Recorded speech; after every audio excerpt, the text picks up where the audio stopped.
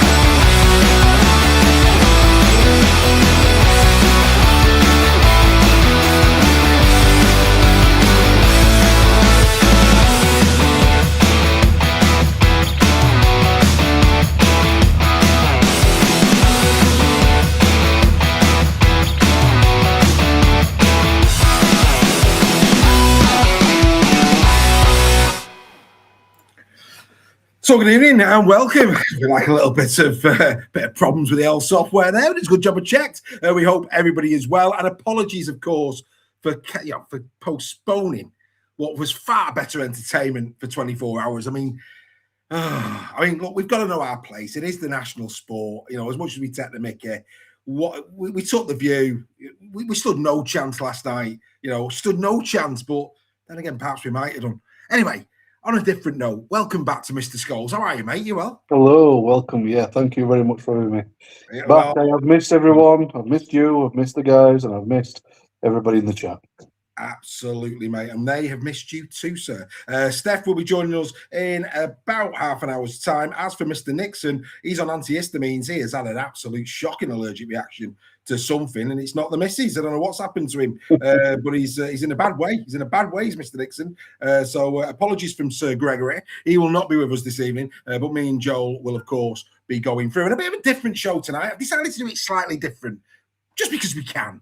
So, yeah, we're going to answer some of your questions tonight. We're going to answer some of your questions. So if you want us to, if you've got a pending question about anything in Super League, then at the start of your comment, just put question so we can easily identify it in big capital letters. And then what we'll do is we'll scroll through the chat and we'll pick a few out and we'll answer a few questions. How does that sound for you, Mr. Scholes? That sounds good. Now, just so people know, I can't actually see the chats at all. I haven't done for the past couple of weeks. So if you've got a question for me in particular, just make sure that Dave sees it so he can let me know what it says. Absolutely. Well, we will be picking them out at random, sir. So don't worry about that. I'm just in the process of doing a little bit of final admin. And whilst we're doing that, should we do Team of the Week? Absolutely. Let's do it. Here it is. The Super League Raw Team of the Week is proudly sponsored by the Pentagon Motor Group. Visit their website today to find the make and model that you desire at the right price. It's the Super League Raw Team of the Week for round number 15. Here we go again at 1 is Jay Field of the Wigan Warriors. Jay was simply outstanding, harvesting a hat-trick. As York discovered, there was no fencing off his attacking threat. When Field gets this fertile opposition defences are left needing a groundsman rather than a coach. At 2 and on the wing is Baker Sebo of the Leeds Rhinos. Sebo's route to the try line was so well travelled that it should have appeared on Google Maps. 3 tries later, Warrington was still searching for the road closed signs. At 3 at centre, Petter Hiku of Hull KR. Hiku was the key that unlocked Leeds' defence, mixing power with precision all evening. Every time KR needed a spark, Petter supplied the petrol. At 4 in centre, Ash Handley of Leeds Rhinos. Handley has a hand in everything good Leeds produces at the moment, serving up assists like he's a waiter on double shifts. Warrington tried to handle Handley, but he was simply out of their grasp. At 5 for the second week in a row is Noah Hodkinson of the Wigan Warriors. Noah built an outload of points with a devastating hat-trick against the Knights. The Knights were left all at sea as Hodkinson flooded them with finishing quality. At 6 at standoff is Dejan Arce of the Castleford Tigers. Arce proved a masterclass that had Castleford purring back to life. His performance was pure Dejan genius, a real as he does it display.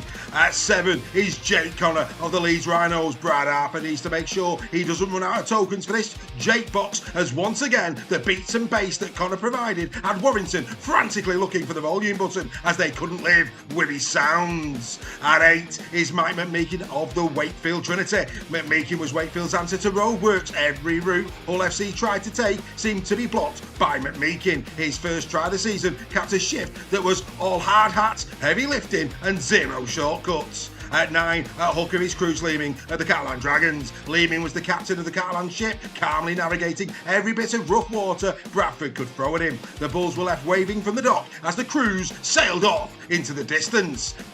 At 10 is Michelangelo Lesky of Leeds Rhinos. Warrington's defenders kept jumping on Lesky as if they were trying to catch the last train home. Unfortunately for them, Michelangelo was an express service with no scheduled stops. At 11 is Seth Nicotimo of Wakefield Trinity. 2 tries for Nicotimo, who treated FC's defence like a free trial subscription. Before they knew it, he'd renewed himself. Wakefield got the satisfaction. Hull, well, they got a headache. At 12 is Curtis Sivernon of St Helens. Sivernon 2 tries were a welcome sight for the Saints, who have started to treat him like a solar eclipse because he only comes around every so often. As for Huddersfield Giants, unfortunately for them, they were in the wrong place at the wrong time and saw him up close. And finally at 13 is Jazz Tavanga of Wakefield Trinity. Tavanga brought the Riverman Blues for Wakefield with another influential display by full time. Oh yes, Wakefield were playing smooth jazz while the opponents, well, quite simply, they were out of tune. Ladies and gentlemen, this is your team of the week for round number 15.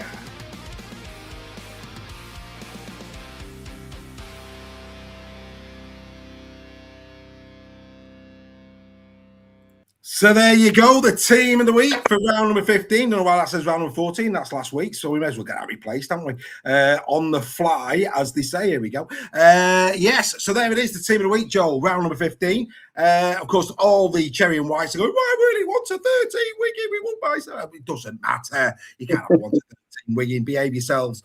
Picked out a couple of your boys. A couple of unlucky ones, though. Oliver Partington, very, very close to getting the loose forward position. Junior in December as well, in fine form, as too was Harvey Smith. But there's the team of the week. What's your thoughts, Joe?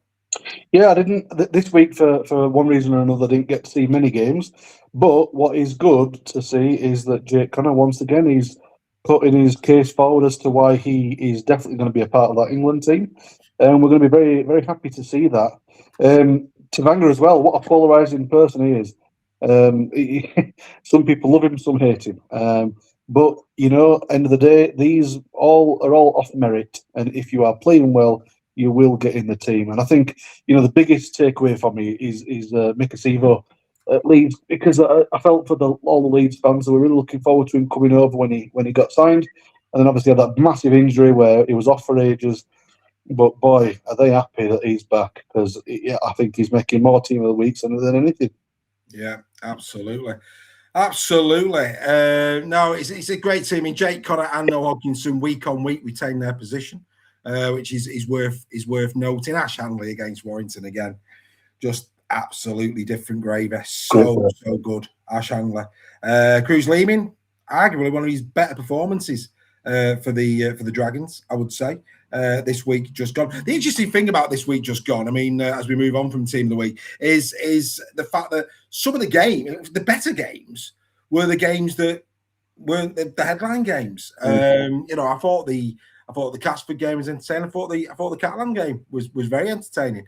Got to say that. Really disappointed with the contest that was warranted. Not disappointed with the Leeds performance. I thought it was exemplary, but as a contest, disappointed with that. And we'll get into that in a bit more detail in a few moments' time. But yeah, you know, for me, Team of the Week, it's all about the best in the position. We say that every single week, and hopefully people are very, very happy with what they have just seen. Loads of questions already in the chat. By all accounts, the only thing hotter than the weather is that you're back on the show. Says Greg Roach, which is interesting. Dawn Baker says you've been on a sunbed. I didn't realise she lived next door and she had binoculars. But anyway, that's by the by. What Dawn wants to do on her spare time is up to Dawn, is what I'd say. I will put that to bed now. I have never stepped foot or sat in a sunbed or laid in a sunbed. And the fact that I've got to even think about how you use a sunbed tells you I have never been on one. Yeah, absolutely. Your titles are out of date, says somebody who wants to be constructive. They were done at the start of the season. They were the titles for the new season. We're not redoing the titles for, it is what it is. It was right at the start. I think that's the Cartwright bit, maybe for Hull FC, perhaps. But, you know, it's a revolving door. I mean, that was always going to go out of date quick. Anyway, that's by the by. Let's get into Little Ol. Here he comes. What Would Oliver Say is proudly sponsored by South Coast Lane Carpets. From shag pile to vinyl, nylon to wool, you are guaranteed to find the right fit for your home. Contact them today and tell them Oliver sent you.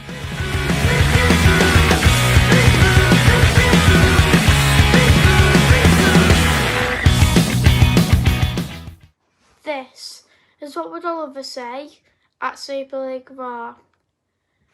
This week, lots of people have been talking about how Jake Cunner took a long time over his conversion against Warrington.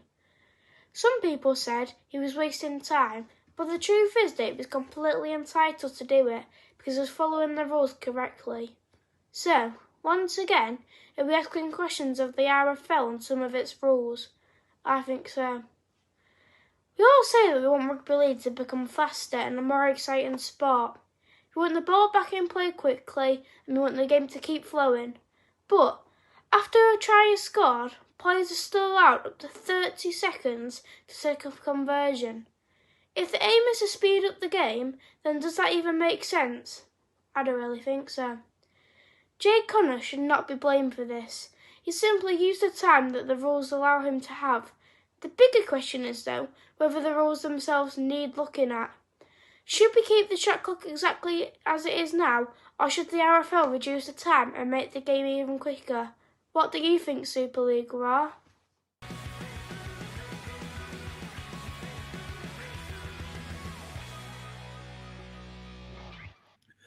So there you go. If you missed it, Joel, did you watch the Warrington Leeds game, Joel? Was you? I did watch part of it, yeah, and I do know what he's talking about, yeah. Yeah. Your thoughts on Jake just letting the clock run down?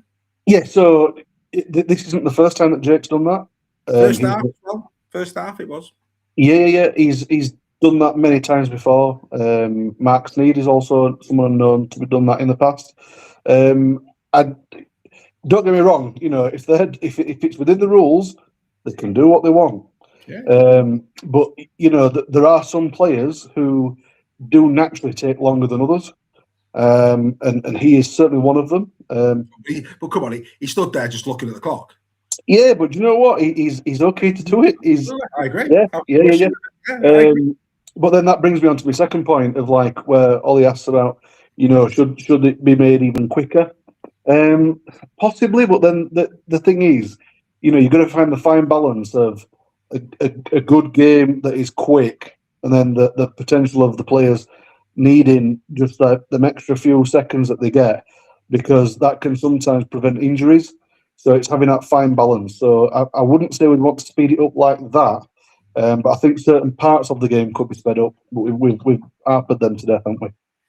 For me, I like you, no issue with it. You know, at the end of the day, he wants to stand there and wait for the clock. And I think, you know, what that does is it shows a not that he needed it on the night. It shows a bit of due respect to the opposition. You know, he wants to take every inch that he can get, and if that's the clock, then so be it. I've got no major issue with that at all. Would I want it quicker? No, because if it's got you can't have two clocks, one for under the post, one from the sides. It's got to be the same. And I think that whilst he could take advantage of the clock there in terms of being under the post, he was just going to knock it over.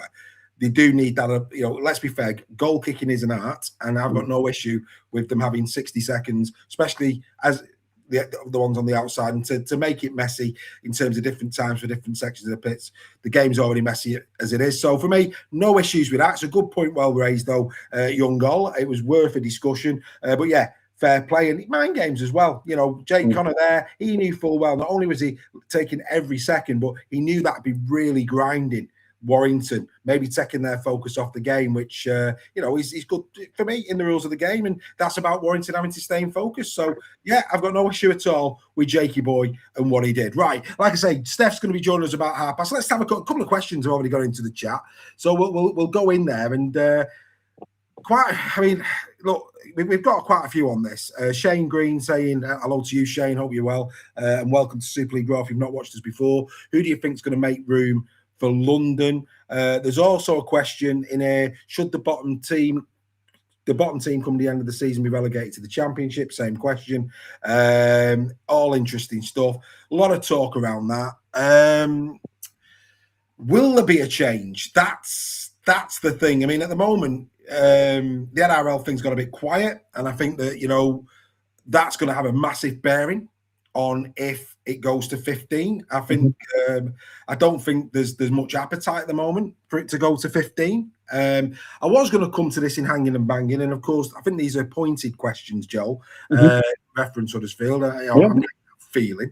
I have been watching a lot of other podcasts, and what I'd like everybody to do is you can have your views on Huddersfield. You can have your views on the fact that they get about 4,000 fans through the turnstiles. But the bottom line is they're still passionate supporters. And at this moment in time, everywhere you're looking, everybody's shooting on Huddersfield. And that let's be mindful, for the grace of God, go your own team is what I would say on that one.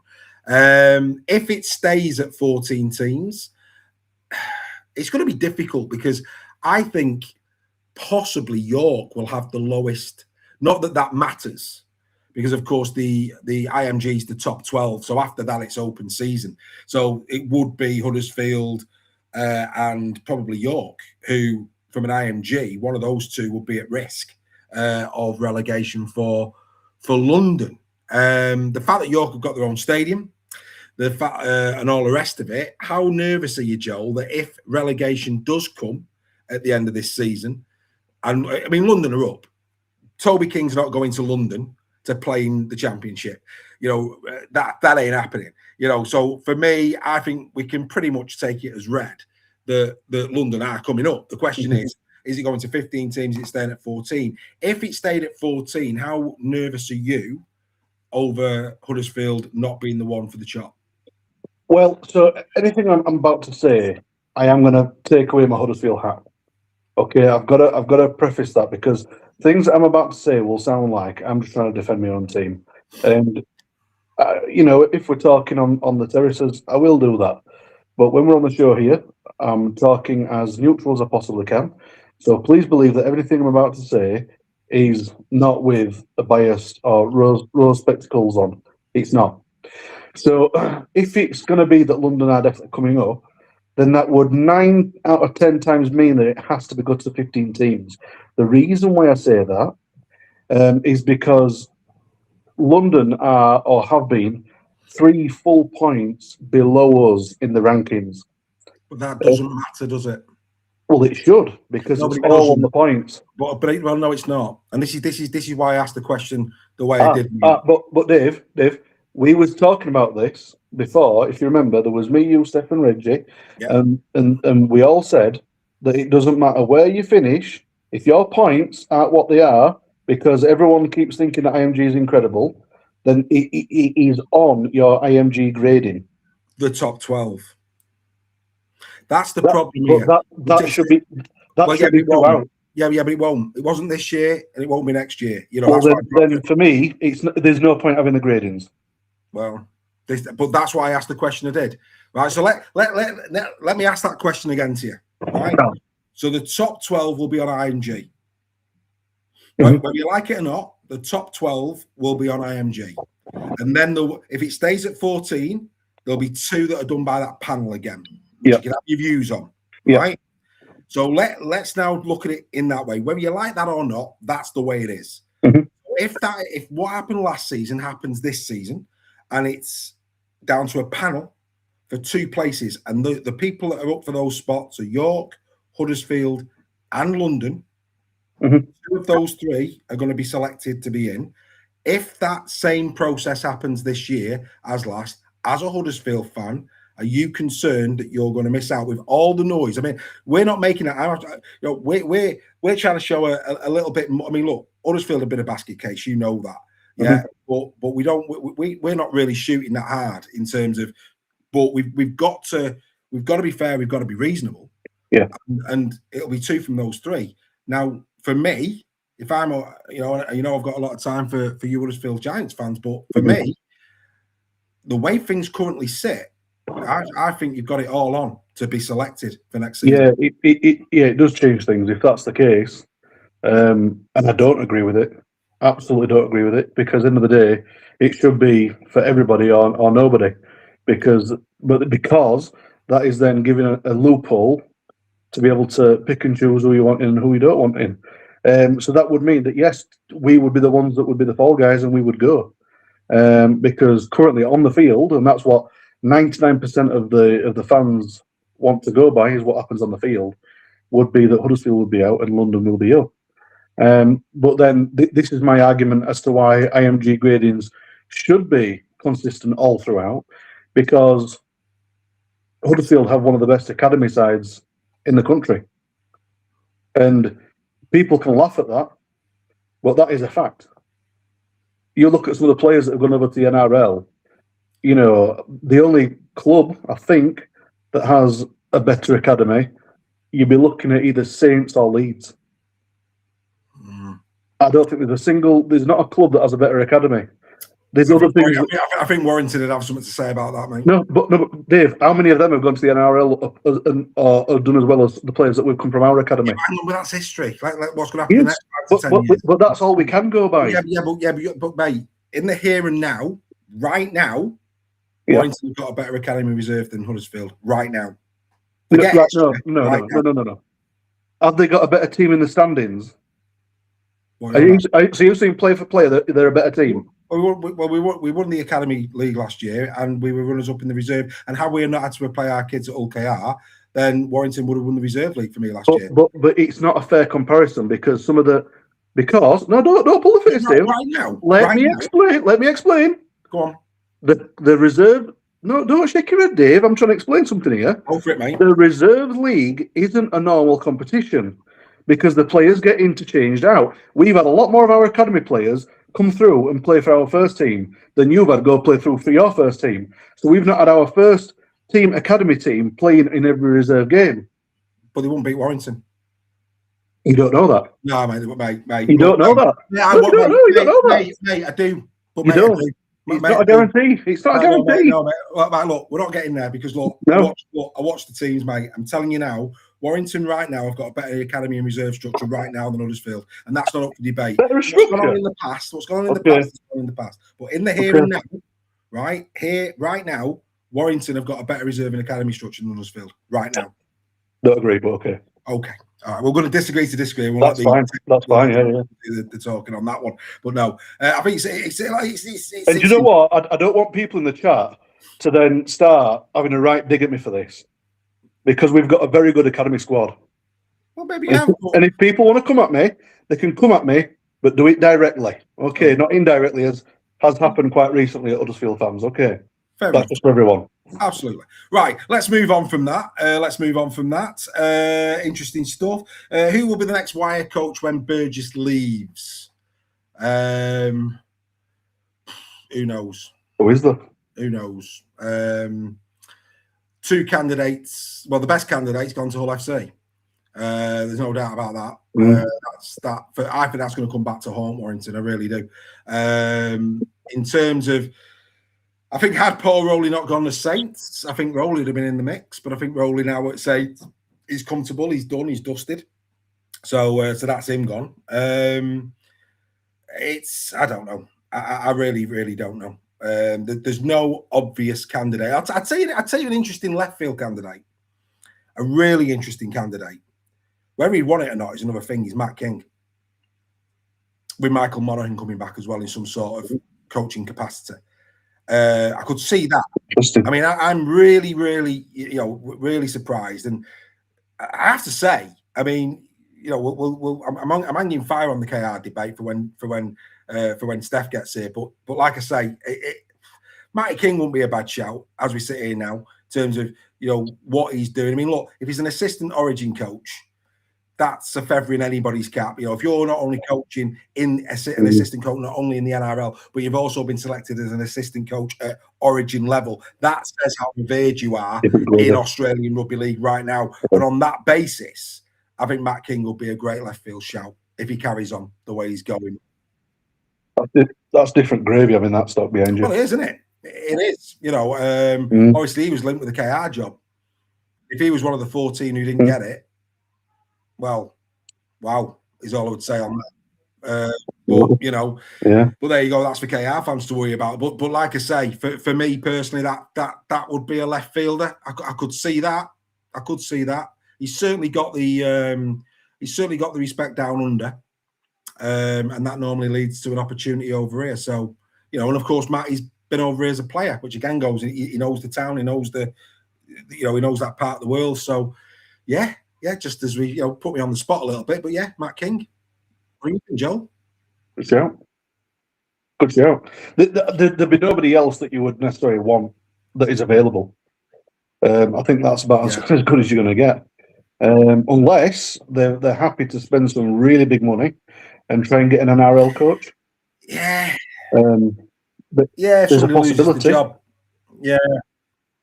Because it would be an attractive enough job because it's such a massive club, and like Warrington's got the same expectations as your Leeds, St Helens, Wiggins. That you need to be up there, and it's a massive club to be a part of. So I think anybody would be happy to take the job on.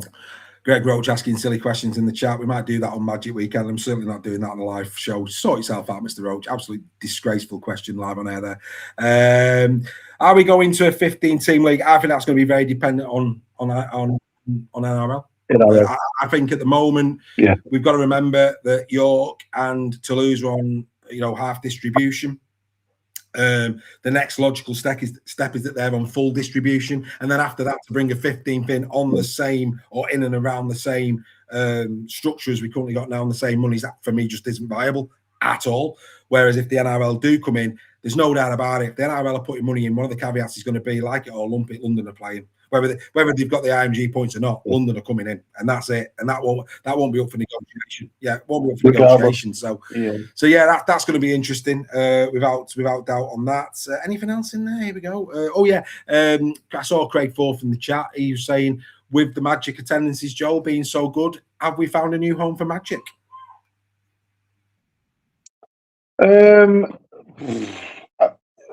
Maybe a bit too early to say yet. I think when you've got a new venue, it brings interest anyway. But yeah, possibly because the location is better. It's more central than it has been for quite some time for people to travel. But yeah, you've been there, haven't you, Dave? And you said it's a great place to be at, and it's a great stadium. It's brand new. So yeah, if it goes well again this year, very much, it sounds like it's a very highly sought after stadium to play in and to be a part of. So yeah, why not? But I think it's maybe a bit too early just yet to say, because it's still the honeymoon period. Yeah, I mean, obviously, in terms of train travel, there's you can get into Liverpool Lime Street quite straightforward no matter where you are. A bit messy for those all the way up in Hull, but what a great opportunity for a weekend away. Albeit they've had plenty of them this year. what I would say is it's a phenomenal facility, without doubt, and the game deserves to be played in top-class stadium, especially an event like that where all teams are descending for the weekend. So I'm really looking forward to the weekend, looking forward to the experience as well, seeing a different part of the stadium, and it should be an absolute belter. Carol Moore in the chat, she's saying he's little Oliver more professional than John Wilkin. Well, all I would say is I think when little Oliver's John Wilkin's age, he will have already made his way in the game of rugby league. I think he'll do a sterling job with little Ol down the track. No question about that. Maybe. Hey, you could do a lot worse, mate. Do a lot worse. Somebody asked me, actually, somebody in the chat was asking me, is there a ground that I don't like going to in rugby league, which is interesting. Any ground that you don't particularly like going to, Joel, in rugby league? Other than my own, I've got to say I'm not that fond of going to Cass, and the only reason why I'm saying that is there's nothing wrong so much with the ground. It's we always tend to play Cass in February, and when you're playing in February up at Cass, the wind that hits you, it is so horrible. And I'm a fat lad, as you all know.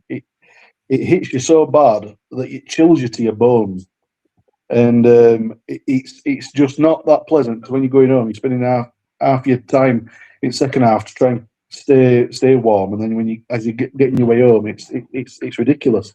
There's no grounds I don't like going to, other than things like that. I don't like being at my own ground. That's for sure. That's probably my top pick. My own ground, because there's no atmosphere. It's terrible. I mean, look, there's not a ground in rugby league that I don't like going to. I think all of them have got their own identity, is what they've got their own positives and their own negatives. Their own identity. I mean, obviously, it's like everything, isn't it? That there's. I'd go to every game if I could, but work commitments and what have you. Yeah. Sometimes get in the way, but it means I can. But yeah, no, I think like I say, all the grounds have got their own identity, and I've never not been to a ground and not felt welcome. I've never been to a ground where I felt, hostility. I think there's in all sports there's hostility everywhere if you want to go and find it. But I've never gone and found it, and that little beat means he's here. There he is. Hello, Mr. Sale. How are you doing? Say that again. Oh, there you go. There you are. Right. So anyway, our Mr. Sale is now with us. We're asking. We're doing it a bit different tonight, Mr. Sale, because we're actually answering people's questions, which has been good fun, I have to say. But now you're here, we'll do a bit of hanging and manging in a minute, and just get through the news, and then we'll come back to it. But anyway, as just to say that, must be a good idea. The dog's saying, "Well done." So anyway, we have, of course, a small matter tonight to announce, as everybody knows, and that is who is going to Magic Weekend with Super League Raw. Who is it going to be? Who's going to be coming with us to Magic Weekend? So without further ado, let's get the wheel of names up. Let's find out who it's going to be. Hang on a second. Here we go. So here we go, 2 Village Street tickets then, up for grabs. Everybody's in. Those people who put their hands up, of course, the people who paid as well to be part of the competition, you're all in there. So we're going to shuffle you all up. The very, very best of luck, everybody. Here we go.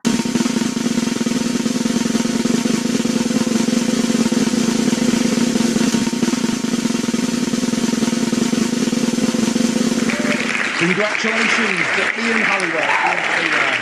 Fantastic news. Many congratulations, mate. That is a right result on behalf of us all.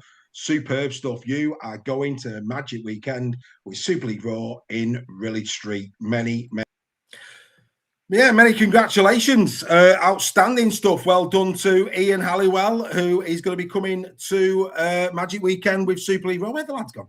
Where have you gone? There you are. Well done to Ian. So 2 full weekend passes there for Ian. Ian, get in touch with us on the WhatsApp group. You are going to Magic Weekend with Super League Raw at Village Street. You lucky man, you. We'll look forward to having your company. Also, to other winners, apologies. It's been a bit hectic my end, and I know that you'll forgive me for that, because you know how hard I work and what I do, and it is, of course, just little me on my own doing everything. So to Alan Clegg and to Stuart Scaife, your John Keir books. They will be on the way over the weekend. And congratulations to Deb Hasty. Deb Hasty won the Kevin Sinfield book, and that will be on its way to Deb. So lots of prizes there have just been given out, as always. Always good fun. How are you, Mr. Sell? You well? Very well. I've earned this beer. Just walked in from work, so I'm ready for a chat and a beer with you guys. Outstanding. Right, let's just have a quick whistle stop tour of our thoughts of the weekend. Warrington, we'll do a little bit of this on Captain's Run. Got a bit of an analytics reference. Were Leeds great? Were Warrington poor? Was it a mix of the both, etc.? I think what we saw, Joel, in that particular game was a team that looked every inch a contender for the grand final, which is Leeds. Yeah, they've been outstanding. And I know we're only just around about halfway, or just over. No, just under. We're about halfway season now. Yeah, just over. Yeah. And there is still the business end of the season to contend with, which Leeds are historically known to be very good at anyway, regardless of where they are. They could be, very bottom of the table if they wanted to be, and still probably come in the top four. But Leeds have done something a little bit different this year. They've had that extra dangerous edge. It's not surprised me at all that they're in the position that they were in. As you know, I was talking to both of you separately, and I was toying with having Leeds at the top of the table come at the end of the season. And I think it's great because they deserve to be there. They've worked extremely hard. They've historically been champions many times, and hopefully they can be again. If they get into the grand final, it'll be very well deserved. They've got a lot going for him, Steph. A lot going for him. I think both edges. Newman has come back. I think the fact that Newman has come back in so much the form he has gives me extra belief in terms of their ability to go. I've still got issues with Brian Hall. That could. I mean, we remember last year when he went walkies for that Saints try where he just lost his discipline and tried to fix it himself. This year, his pace looks to have lost him. That, for me, is the only real, for me personally, looking at Leeds, when we get to those dying embers and it's knockout rugby league, that, for me, could be a problem. But with the exception of that, I think they're well placed in the pack. I think they've got great pace. I mean, Miller again. I mean, Miller came back. And very unlucky Miller not to be in our team of the week, obviously. But when, Field scores 3, sets up 2 and does 230 metres running, and it's very difficult to overlook Jay Field. But Miller against Warrington, Steph, I mean, considering he'd been out for 3 weeks, that was some comeback, wasn't it?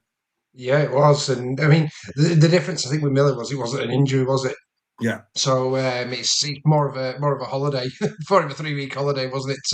To rest and recuperate and come back stronger. So I wasn't surprised to see him hit his strap straight away. And for me, probably the best fullback in the league at the moment, I would say Miller. Obviously, Jai Field is very, very close, if not on par. But yeah, he's a great thing. And I agree with you. Leeds' backline is the best in the comp for me. And the only weak, it's harsh to say a weak link with Ryan Hall, but it's more defensively. I think players like Matty Ashton can get around him, can't they? That's where they probably look to. If they pass Matty Ashton the ball, Steph, yeah. Well, yes, if they passed the ball, yeah. But it's funny when they did, they scored. So yeah. But no, they're a phenomenal team, and I'm my half-season prediction is I think Leeds will get to the grand final, if not win it. Wow. It's a bit, yeah. I mean, I said on Turn Out the Lights, I think, if you'd have told me at the start of the season at round 15, Leeds would be top of Super League with a cushion, I probably wouldn't have believed that. And I certainly wouldn't have been suggesting that they're very, very likely to play at Old Sea. And as I sit here now, I'm saying both of them things, which is a great tribute to the way in which they played.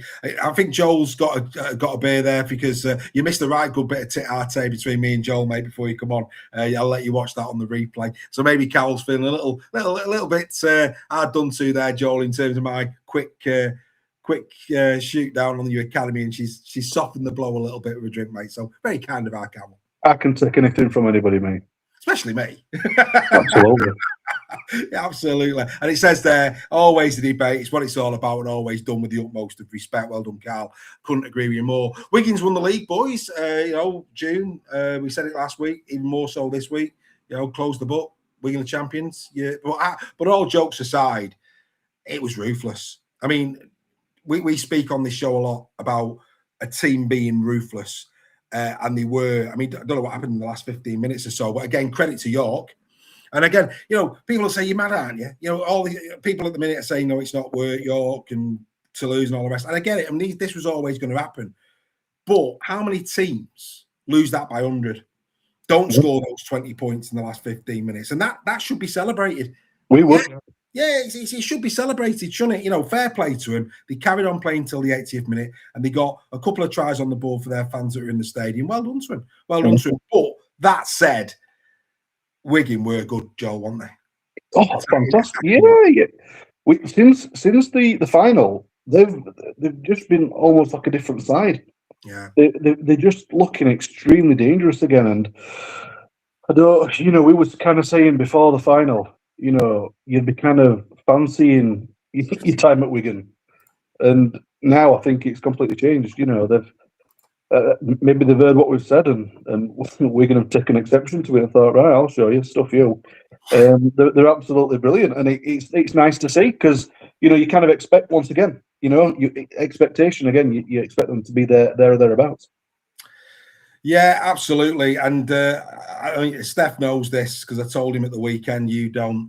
How did Zach Eckersley not score? If Zach Eckersley scores in that game, I'm in for 200 large.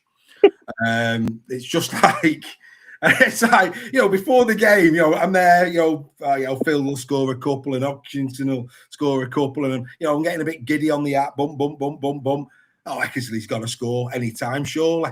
And Zach Eckersley, who's been phenomenal all year, doesn't score. I'm like, you having a laugh? 200 large gone. Shocking. Unbelievable. Anyway, not to worry, but no, very, very good. Very, very good win. You can only beat what's in front of you. That was an incredible, incredible win. I've done the, the turn out the lights. I mean, Steph, right to reply as a Leeds fan. I was so disappointed with your team at KR in terms of their attacking. I think defensively they didn't look too bad defensively, but I've said it on Turn Out the Lights. I said it in the WhatsApp group. I'm going to say it again here on Weekly, and you can have the right to reply, because you've not done that on one of the programs yet. Why were you playing 10 metres square from the play the ball pretty much for 70 minutes? What was going on there? Yeah, I think what it highlighted was how much organisation Lamb does for Lee. I think they got the game plan wrong in my eyes. I think KO were there for the taking, if I'm being honest, because they weren't brilliant either. But the big issue, I think, for Lee is the bench at the moment. And to have Robin Mulhern, Offengawi, and Papillon, it's all our main front row at the same time. I can see why they did it, but he left a lull of 30 minutes of that game in the middle where KR, to their credit, took full advantage. Yeah. But saying that, you take your main organiser and your top try scorer out of any side, and we've seen that this year with Wigan, losing to Jules Huddersfield and to Castleford when Harry Smith wasn't playing and Jai Field wasn't playing.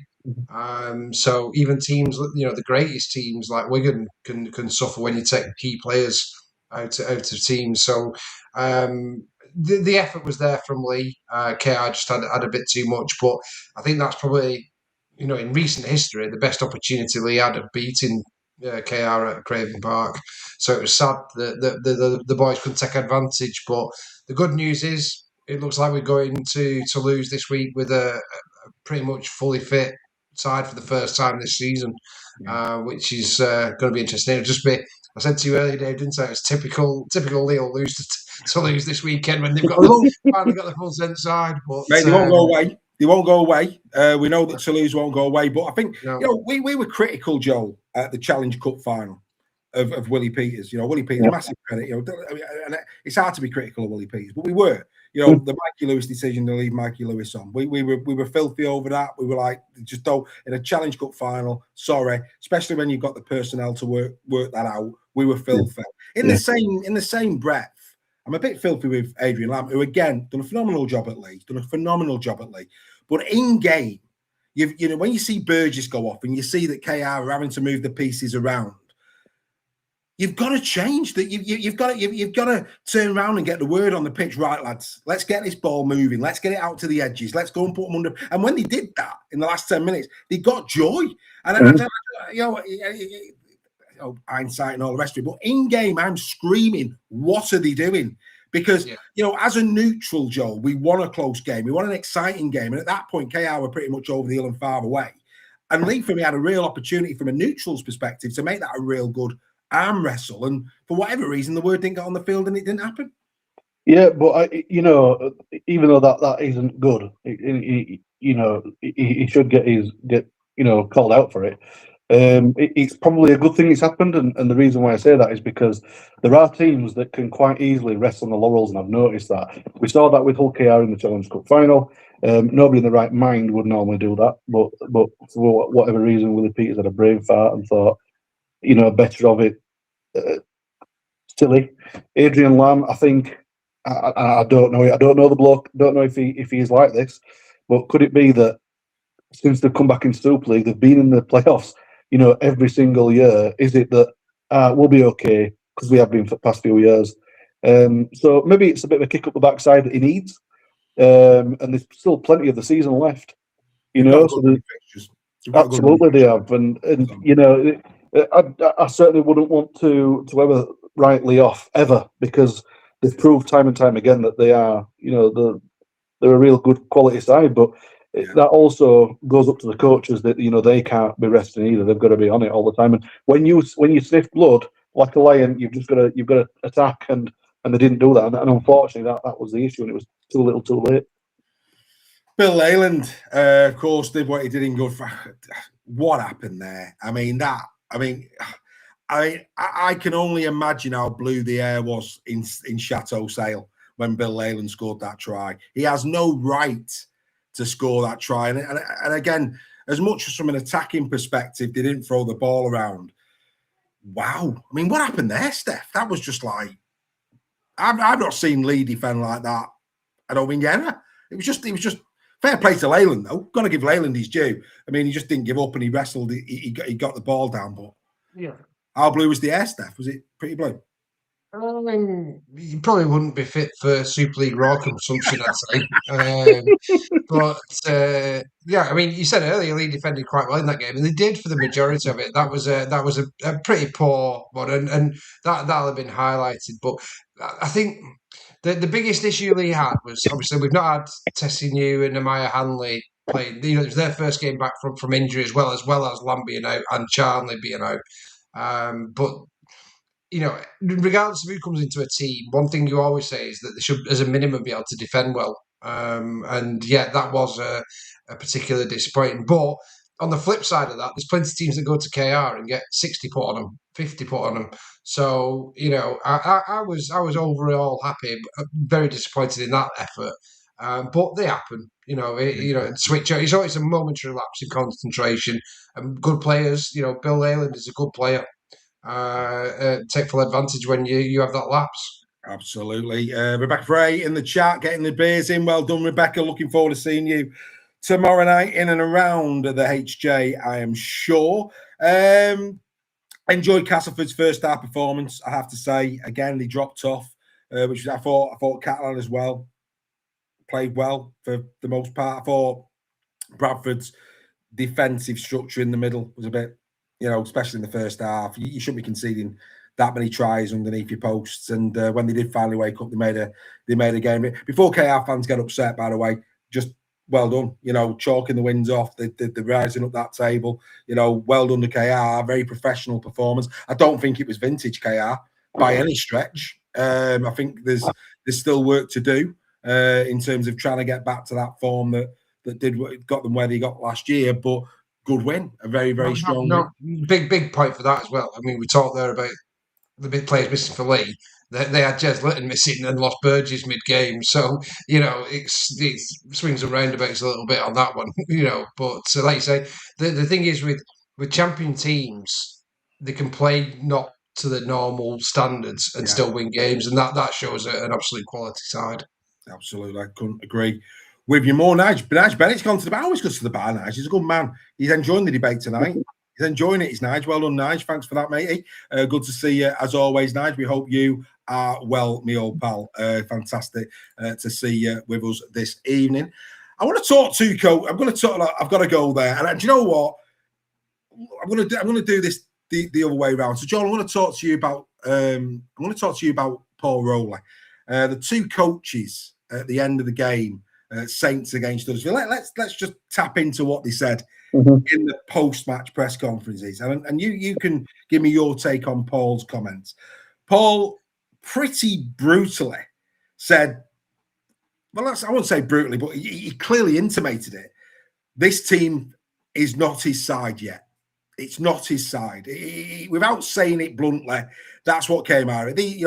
I'm working with the tools that I've got, and it was almost like he was saying, judge me after another win to where I can keep moving these players around and this, that, the other. Now, that's brave when, Paul's not daft. Paul knows that the social media people are all over it. We even got, we're even finding our ways. My little final thought last week, I think found its way onto some of the Saints podcast. Really upset him through talking sense, but that's by the by. Yeah, your thoughts? It's brave. It's brave to, when you're under that much flack to say, well, there's going to be perhaps even more pain because at this moment in time, I haven't got the personnel. I mean, again, it's dangerous in the fact it's a sad indictment of the players that he doesn't believe he can play his style of rugby with the players that he's got. Isn't it? Your thoughts? It screams to me two possibilities. Either he's getting very frustrated that people flying digs at him when, as we all know, for a coach to have their full squad ready for them, we tend to say 2 to 3 years. By 2 to 3 years, they will have their full squad that they want. After that, it is their fault. So has there been some of that? Possibly.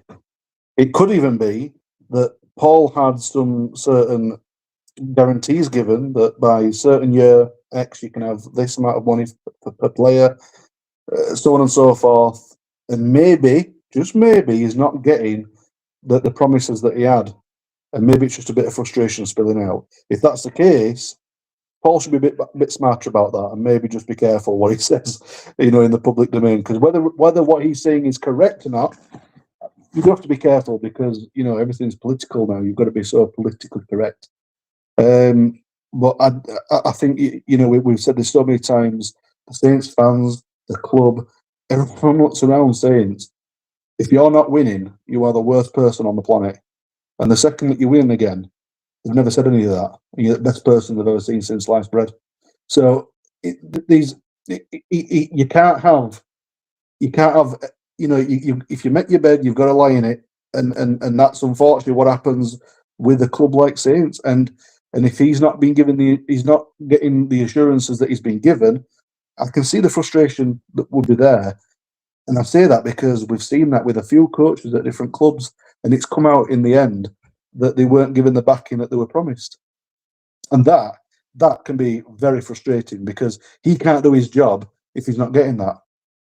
Or the play, there's been a bit of a thing in the changing rooms, and that does happen a lot. Well, it's early days. It's early days. It's 15 games in, and I do have to have a wry smile. Well, look how high up the table they are. Well, exactly, and I mean, other than when Saints, when Saints were going through their coaches, Wolf, etc. When they had that sustained period, but you've got to take into account the age of that squad at the time and the players they had in that squad at that time. I mean, when they were changing the coaches at that time, those teams were at their optimum. Wigan had a spell like that as well, where where they were at their optimum, they could afford to change the coaches and away. Most. I mean, look how long it took Leeds, the golden generation of Leeds, to fire. That took a while. Look how long it took KR to get to where they got last year. And of course, there's bigger questions coming for KR in the next 2 or 3 years around recruitment and retention and getting that right. At this moment in time, they've assembled a phenomenal squad, but time stops for no man. So, that's going to be interesting when Kalis comes in, and we'll get to that in a minute as well. But yeah, it's early days at Saints. And I think, people just need to calm down. Quick question for you though, Dave. Like the likes of Clemmer when all them came in? Yeah. Were they Paul signings? Clemmer was. Right. Yeah, Clever was. To my understanding, Clever was. I mean, look, the bottom line is, for me personally, and people are going on about like Dion Cross and Shane Wright, and they were brought in under Wellens. So all this talk, you buy Salford, you get Salford, hang on. He brought Jackson Hastings in ex-Salford. Yeah. Which, to be fair, nobody's arguing that Jackson Hastings isn't the right signing for Saints. He is. Then McDonald, okay, but he's been injured. Judging when he's fit, I think we all agree that Nene's a handful when he's fully fit and playing in the right position. And Shorrocks, like I say, I think Joe's steady away. He's not, and I think the problem with Shorrocks is he's being compared to Morgan Knowles, and he's not Morgan Knowles. He never will be. But he's doing a job. Need to calm down. He does a job. He has a bad game, but show me a player who doesn't. You just need to calm down. On the flip side of that, Steph, out comes Jim. Out comes Jim at full time, and he says, "Fitness, 15 games in." I mean, I was like, I nearly fell off my chair as he just said that. We're not fit. I'm like, oh no. I mean, what were your thoughts on that? Fitness, 15 rounds in. I think Joel may disagree, he may agree, but strength and conditioning's been probably pretty rubbish, hasn't it, at the Giants in terms of their injuries and what's happening. And not everything's down to strength and conditioning, but when you get massive amounts of injuries, then that department will get a lot of eyes put on it, obviously, because that's key to, you look at Leeds at the moment. Leeds must have a fantastic strength and conditioning department because they've had any injuries this season, have they?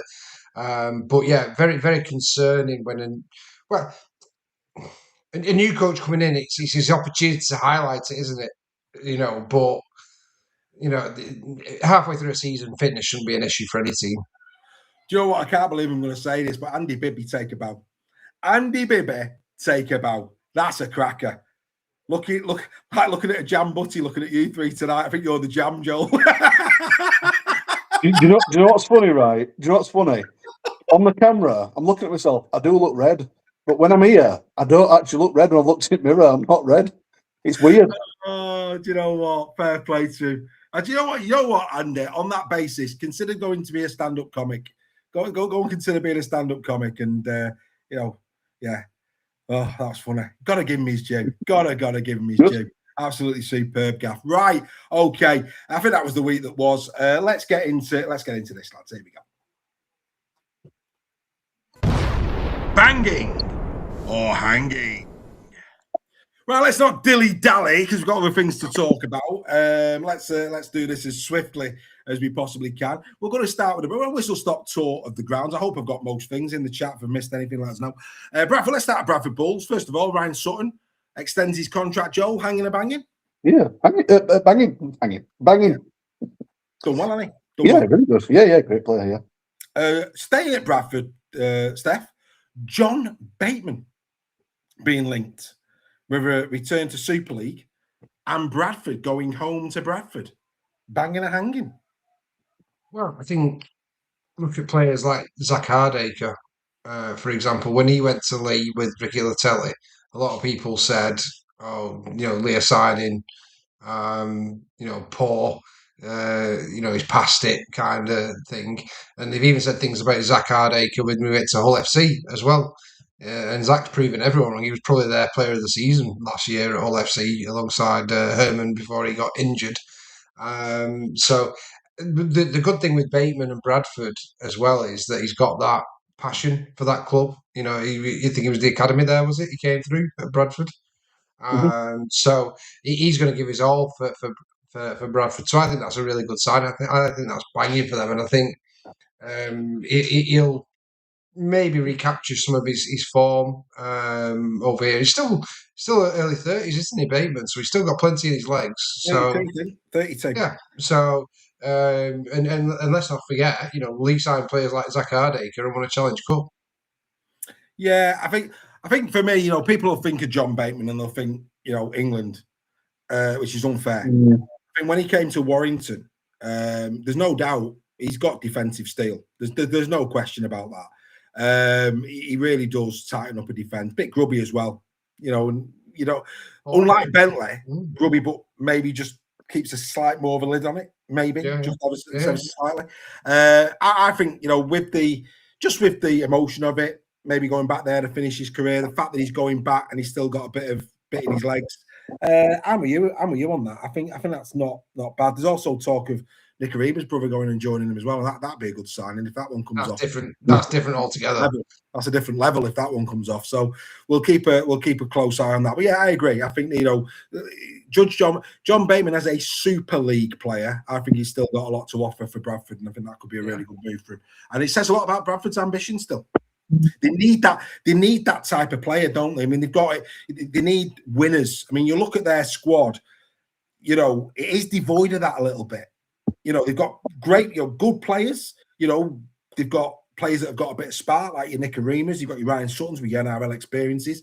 And then you've got the likes of Ackers, who's been around and at Salford looked a world beater, disappointing at Leeds, so they've got those type of players aplenty around them.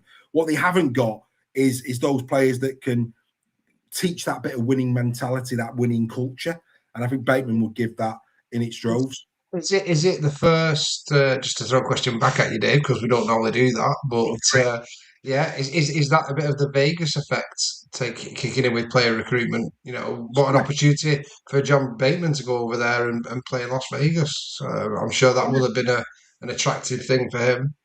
Well, but again, it's like we've been saying about York, and it's like I've seen people feeding on York this week, but I've also seen some people leap to the defence of certainly Mark Applegarth. It's crazy, York. I mean, I even seen a few York fans. Joel will be back in a second. He's by all accounts, it's not him who's overheating; it's his phone. But I even saw a couple of comments on York sites of York fans saying, "Thanks for everything you did last year, Mark, but off your pop." And you're thinking, "Are you for real?" This is a coach who was exemplary in the Championship, has done really, really well. He was given 4 weeks. I've got 4 weeks to recruit a team for Super League. 4 on half the distribution. You're having a giggle. You've got to be patient. Just like the club needs a bit of breathing space to adapt to Super League and whatever. So does the coach. Of course, and like you rightly point out there, with clubs with York and Toulouse operating on half distribution, we're seeing clubs like Huddersfield struggling with full distribution. So for me, you've got to give Mark some time and go through a proper recruitment cycle with full salary cap to really show what he can do. Because I'm not being funny. If you took half the salary cap off any team in Super League, they'd be right where Huddersfield are right now, guaranteed. So it's not about this year. Was always about for the promoted sides was not disgracing themselves, coming up with some decent attendances, showing that they've earned a place in Super League, and then next year it's about league position. If they're still at the bottom next year after a full recruitment cycle and whatever, but then you can even throw into the fact they've got to have time to build their academy structures and build elite academies for Toulouse and for York. I know Bradford have already got one, but this is why teams have got to settle into Super League. Yeah. And for me, this is why they're not, franchising is probably a bit of a dirty word, but this is why that model is good. If teams get 2, 3, 4 years stability, then you can build elite academies. We can get more players into the sport, and that's why Leeds struggled for so many years as a yo-yo, promoted down. You just need that 1 year of stability, knowing you're in for the following season, and then anything can happen from there. Yeah, no, I couldn't agree with you more. I think they just need to hold the horses a little bit on Mr. Applegarth, I have to say, on that one. Right, let's move to the Casford Tigers. I'll tell you what surprised me last week, and I mentioned this again. Some people have had 3 hours of Super League Raw tonight because we did Championship Rugby League Craig Lingard at 7:00, and I mentioned this to Craig. Really surprised by the fact that King Munyi Yawa played for Newcastle last weekend and didn't play for York. That surprised me. When you looked at York's bench and the lack of size, that surprised me. And then the King goes and scores 2, albeit for Newcastle in the Championship, but he scored 2 in that game. And he's not in the 21-man squad this week either. That surprised me. The other thing that's surprising me is that Jack Ashworth has been allowed a 1-month loan at Doncaster. When, for me, the size of Castleford's pack is a problem, and Jack brings size, and this has got the feel of Brad Singleton to it to me. This has got the feeling of don't know what's going on. It doesn't. It just feels like perhaps he's not a Ryan Carr man. I don't know. What's your thoughts on that? I think this is quite hanging for Castleford in terms of what they need. Yes, yeah. But what we aren't privy to is behind scenes conversation. We don't get to see attitude at training. We don't get to see, discipline. How they being perceived by the younger players and stuff like that. Are they just turning up and going home, straight away or whatever? So there's always going to be a transition period at Castleford with a new coach. That was always going to happen, and why he works out what players' attitude, whether they fit into his mentality and mindset, and what they perceive to be, a good teammate and all that kind of stuff. And I really like Ryan Carr. I think he's a very honest coach. I think he says it as it is, and I think that's missing from our sport in a lot. Sometimes we get very robotic answers. I don't think he's he's a spade kind of guy, isn't he? Yeah. And I'm sure, if there is those issues that we've talked about, he would have no problems shipping someone out on loan or whatever. And that's not to say that's what it is, because we don't know. But it's surprising that someone like Ash in that cast team is probably, you'd think, one of their leadership team, experienced pro. So yeah, it is surprising that he's been shipped to Doncaster. Yeah, Greg Roach in the chat saying Ashworth brings changing room baggage. I will bow to your better knowledge, Mr. Roach. But it is, like I say, on the field, I think they missed that size and presence. But there you go. But well done to Trinity and Tigers in terms of stadium utilisation, doing World Cup watch-alongs at the stadium at their facilities. That's good to see. And more clubs should be doing that kind of thing. Well done.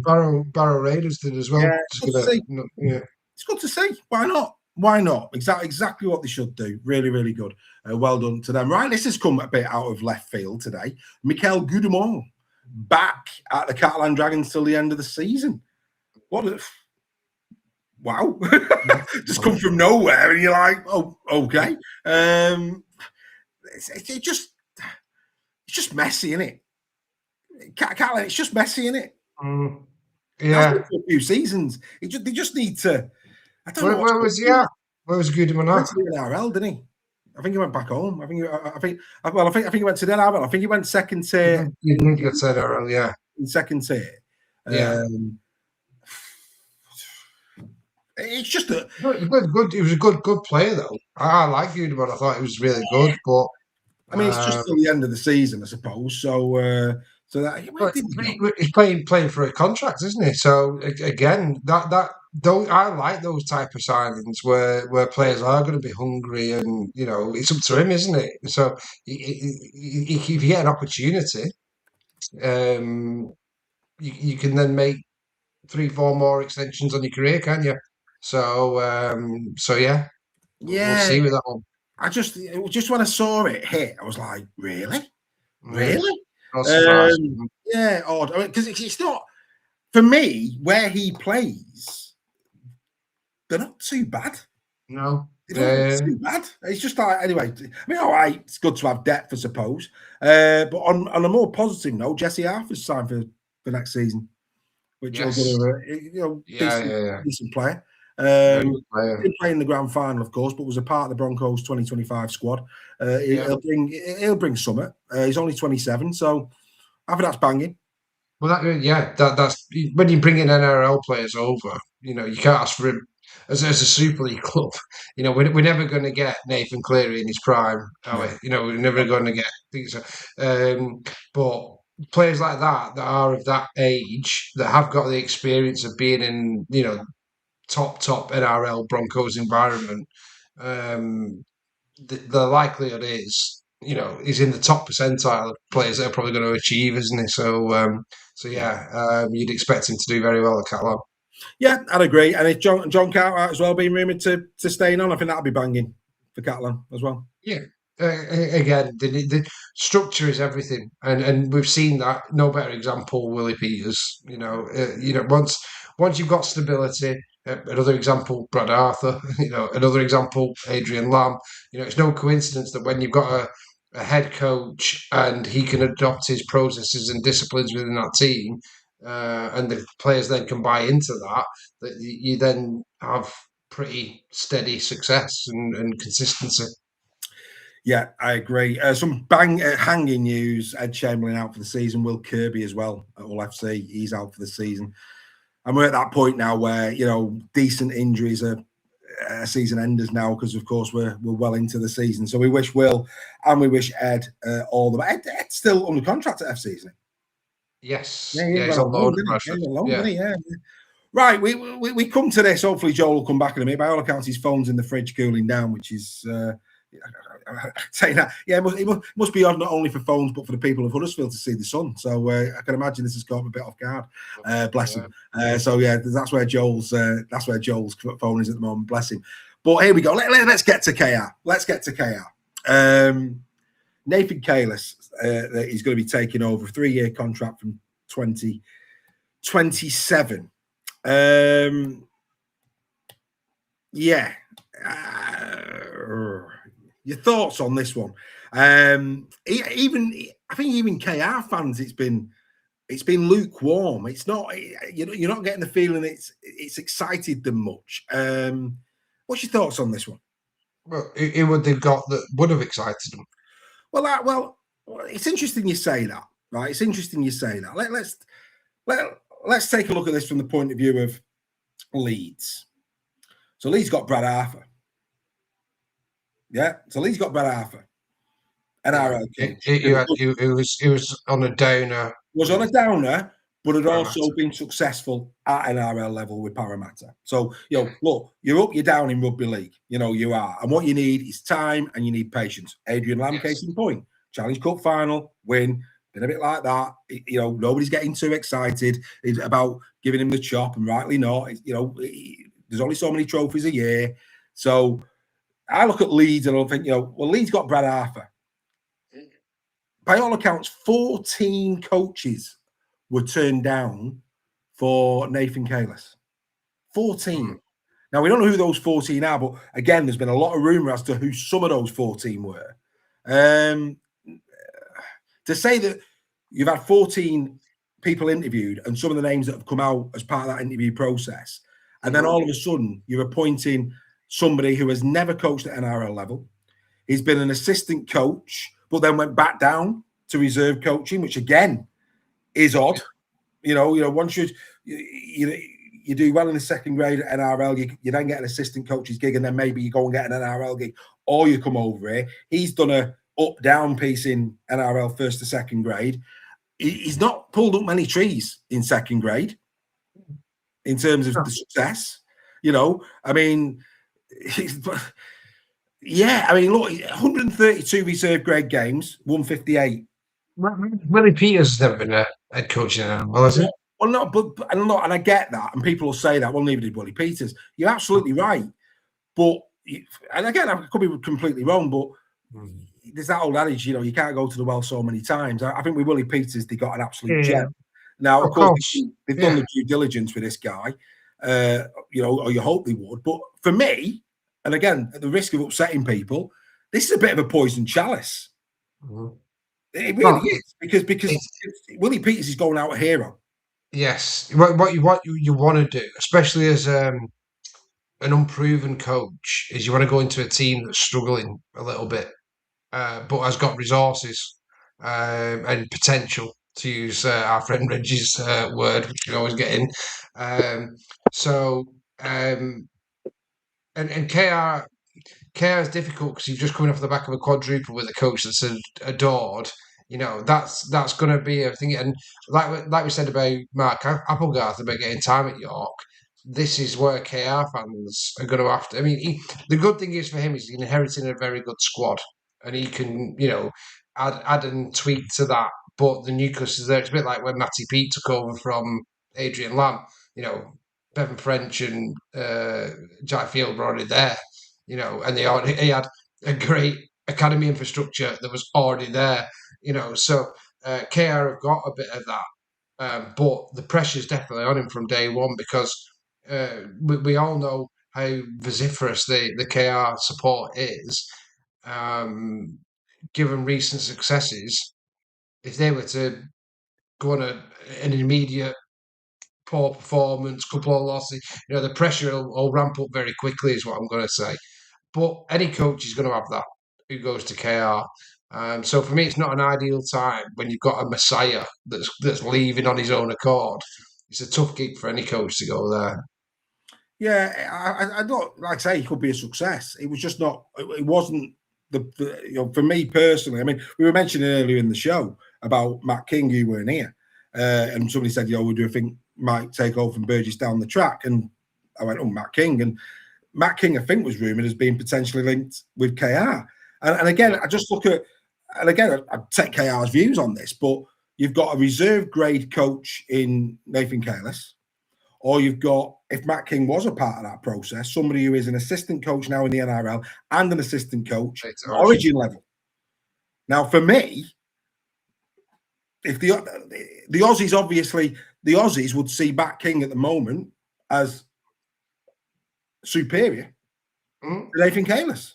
Or else Nathan Kalis is an Origin coach. So I think at the end of the day, like, reputations can be deceiving, can't they? You can bring in whoever you want.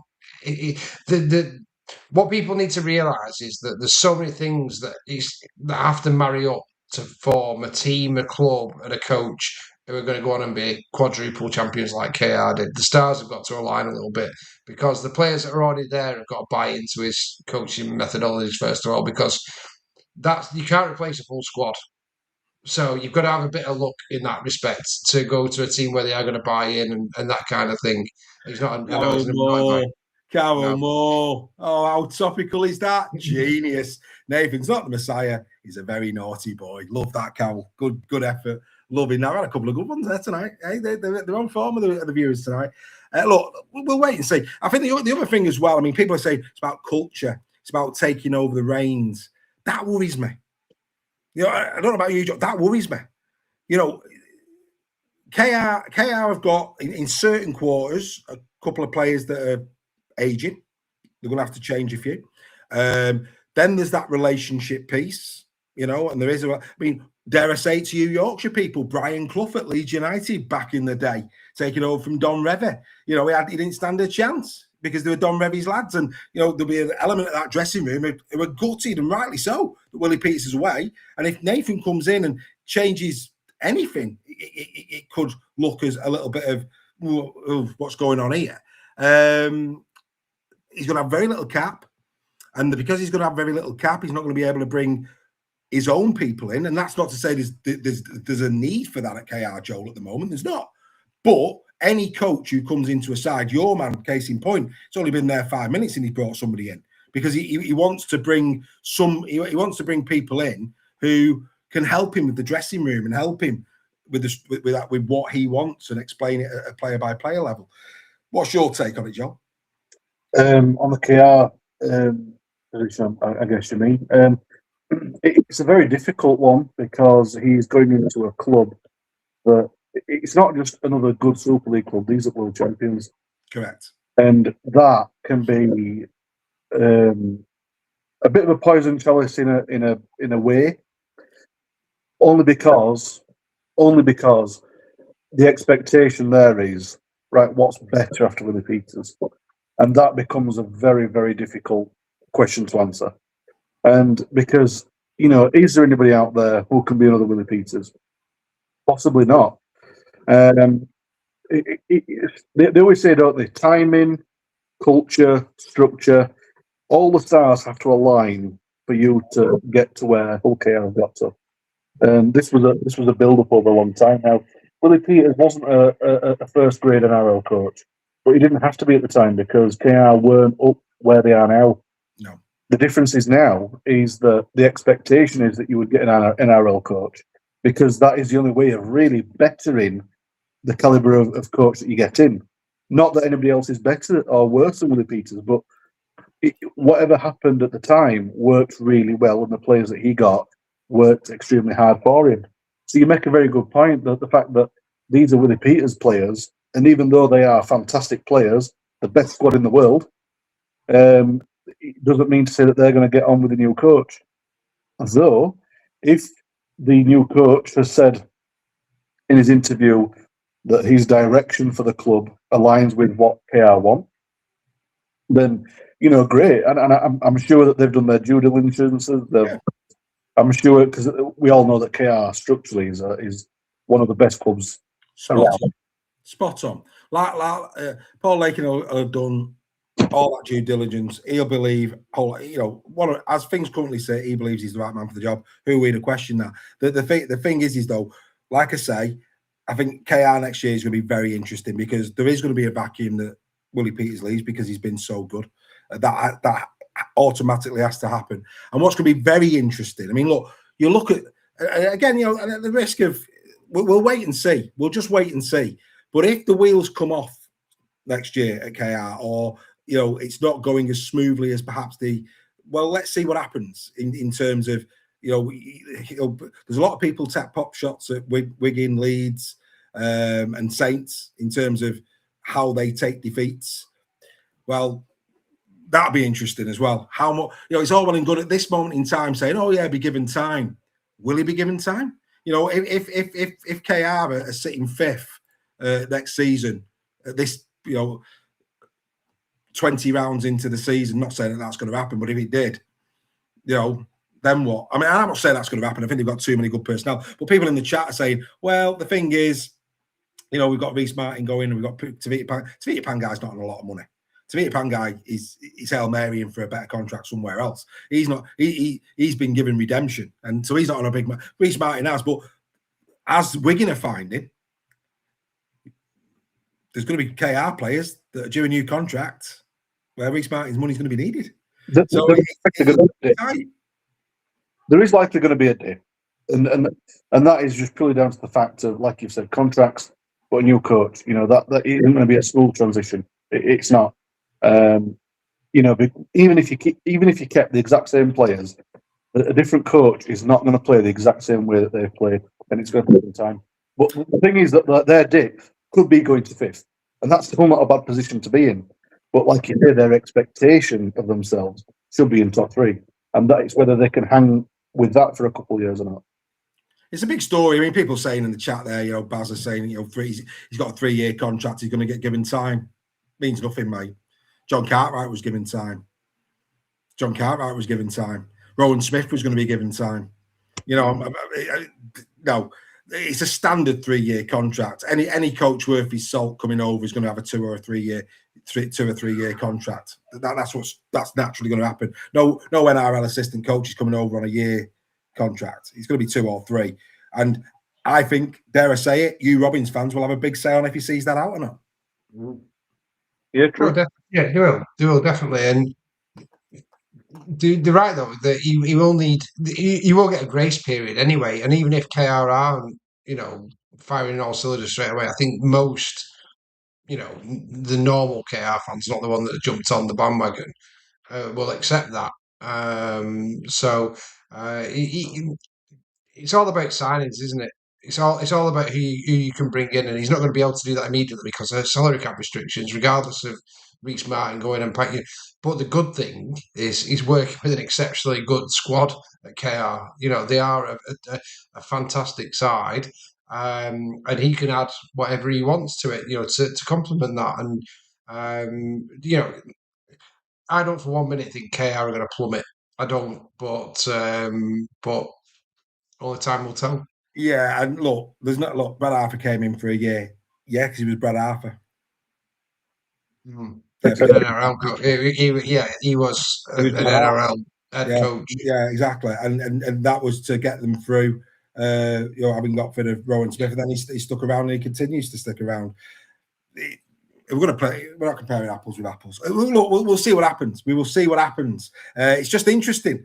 It's like everything, isn't it? KR on that pedestal at the moment. Everybody's trying to knock them off it. That's what comes with success. It's not. This isn't being said out of spite. It's being said with respect. And like I say, genuinely, I think it's going to be a very, very interesting season for KR next year. The main point is that regardless of, because Willie Peters is leaving on his accord and not because of poor performances, like I said earlier, he's inheriting a very, very good team. So the 95% chance that he'll be continue as normal for KR, a bit like at St Helens when they went from Holbrook to Wolf and inherited a very good side and was successful. So I don't think KR have got anything to worry about.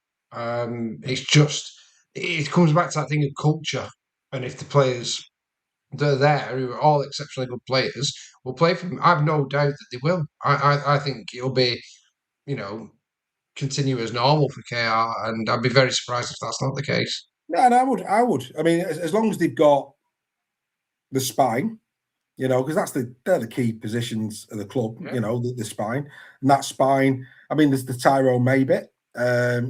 Because that's been rumoured as he stays, he go, and when will he be there till, etc. But Lytton's the main one, isn't it? Because Lytton could very easily end up at Perth or PNG or with Willie. That wouldn't surprise me. I think there's a very high probability that Willie takes at least one player with him to PNG. I think and again that comes with success. That if the likes of Harry Newman, Mikołaj Zielecki are getting taken to the NRL, then the crown jewels of Super League that are Jez Lytton, Mikey Lewis, they're the two. Outside of people, Leeds fan, we wouldn't throw Jake. Jake's at the end of his career. So you look at that. Jake's at the end of his career, but certainly those two. And look, like I say, it's fascinating. It's a talking point. Were any of us expecting Nathan Careless to be the man that was announced at KR? I don't think many people were. That's come out of left field, but so has many other coaches in the past. It's going to be very interesting to see how they do. It doesn't take much, does it, to get a little bit, it's good fun in the chat, isn't it? Head coach is very, very important, but it's not the be all and end all. It's about the club and the culture that's there, and the environment and everything that they go into. And the thing is, if he's set up for failure, which he won't be at KR, then that's different. I think look at the job the guy at Huddersfield's got to do. That's a proper baptism of fire to go into that kind of environment. Kaylis has got it quite easy in that respect, but the difference being is he's got the personnel, but he's got more pressure to deliver at KR, and it's how you manage that. And I'm sure he'll do a great job there. I'm it might not be I'm struggling to think who you would want though at KR. This is the thing. It's like because even Matt King, it's the same thing. We could add the same argument to. You're not wrong. Who else could it have been? It's a tough one, isn't it? It's a tough one. I'll come back to you on that. I just think that KR at the moment are at a point in there. I think they're not getting clear, are they? Is what I'm trying. The point I'm trying to make you're not going to get a top. And why would you? They're not going to come over here because by its very nature, to leave. Same with players, isn't it? To leave the NRL and come to Super League, he's going to be one that's going to be a stepping stone back to the NRL. Even coaches like Adrian Lamb and Willie Peters have openly said, that they would love to coach as a head coach in the NRL. So you're not going to get it reversed and get a top NRL coach coming over. So my question is, I don't know if KR fans in the chat who else would you have had? Who's rumoured or who's going to be in that's got more credentials? Yeah, it's a good point, well made, Mr. Sale. It's a good point, well made. But had to get a bit of chat going, didn't we? It was just too good an opportunity to miss. It's good chat. Absolutely, it's too good an opportunity to miss. We will find out. But in closing, ultimately, the players and the fans will decide, not the coach, because based on the salary cap and what he can actually do, he is at the mercy of the players getting on board and the fans. And it's in that order. He needs the players on, because the players ultimately perform. And if the players don't perform, then of course these are the players that won a quadruple. They are, club legends. So they are pretty much safe in terms of too much criticism, I would say. It's going to be interesting. It's going to be very, very interesting.